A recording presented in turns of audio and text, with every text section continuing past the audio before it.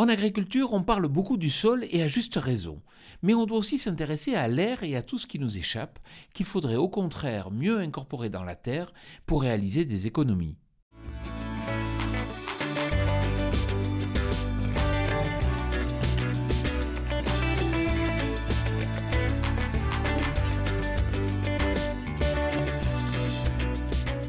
Cette semaine, je vous propose d'échanger avec Nicolas Walter, chargé de mission agroéquipement au sein de Chambre d'Agriculture France, que nous avons interviewé lors du dernier salon CIMA. Nicolas, depuis quand s'intéresse-t-on à la pollution de l'air résultant des épandages d'effluents organiques? Au niveau de l'épandage d'effluents organiques, nous avons connaissance depuis une quarantaine d'années. C'est un travail qui est fait sur la qualité de l'eau.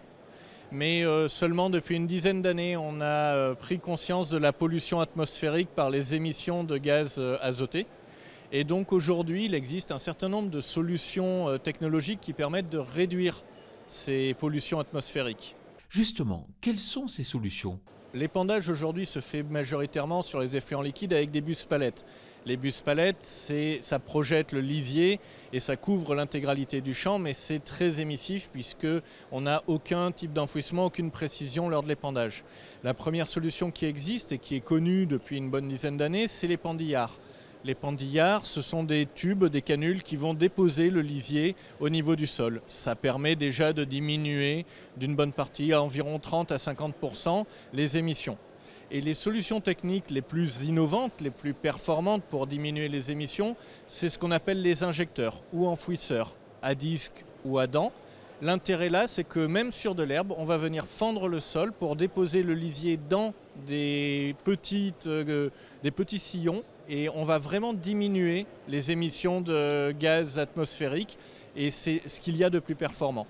Cela permet d'économiser aussi sur la fumure de fond?